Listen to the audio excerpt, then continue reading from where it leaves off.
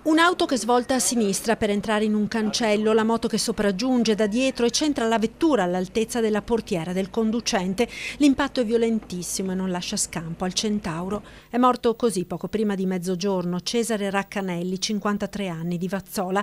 L'incidente in via Verri, a Mareno di Piave, all'altezza dei magazzini Zorzetto, nei pressi della palestra. L'auto, una Peugeot 207, condotta da una 38enne del posto, procedeva da Conegliano verso Vazzola quando ha iniziato a svoltare. È sopraggiunta la moto, un Honda Hornet, forse in fase di sorpasso. Il motociclista non è riuscito ad evitare lo scontro. Nell'urto il 53enne è stato sbalzato a terra una trentina di metri più avanti, morendo praticamente sul colpo. La moto ha terminato la corsa sul marciapiede a bordo strada.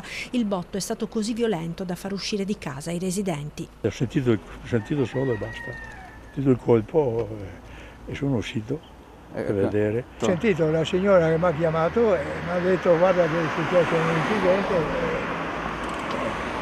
Basta. è scappato e morto. Sul posto sono intervenuti i sanitari del 118 che hanno tentato invano di rianimare il 53enne e la polizia locale del Coneglianese per i rilievi.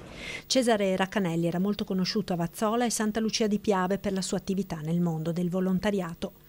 2 ore più tardi, un'altra tragedia, vittima ancora un motociclista. L'incidente è accaduto a Fossalunga di Vedelago, in viale Trieste. A perdere la vita Mauro Cavallin, 44 anni, abitava poco lontano. La dinamica dello schianto è ancora al vaglio degli inquirenti. Dai primi accertamenti pare che l'uomo abbia perso il controllo della moto finendo contro un muretto di recinzione.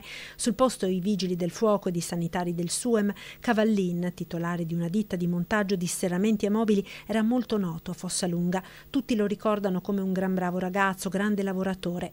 Lascia la compagna, i genitori Angelo e Maria Teresa, il fratello Luca e la sorella Elisa.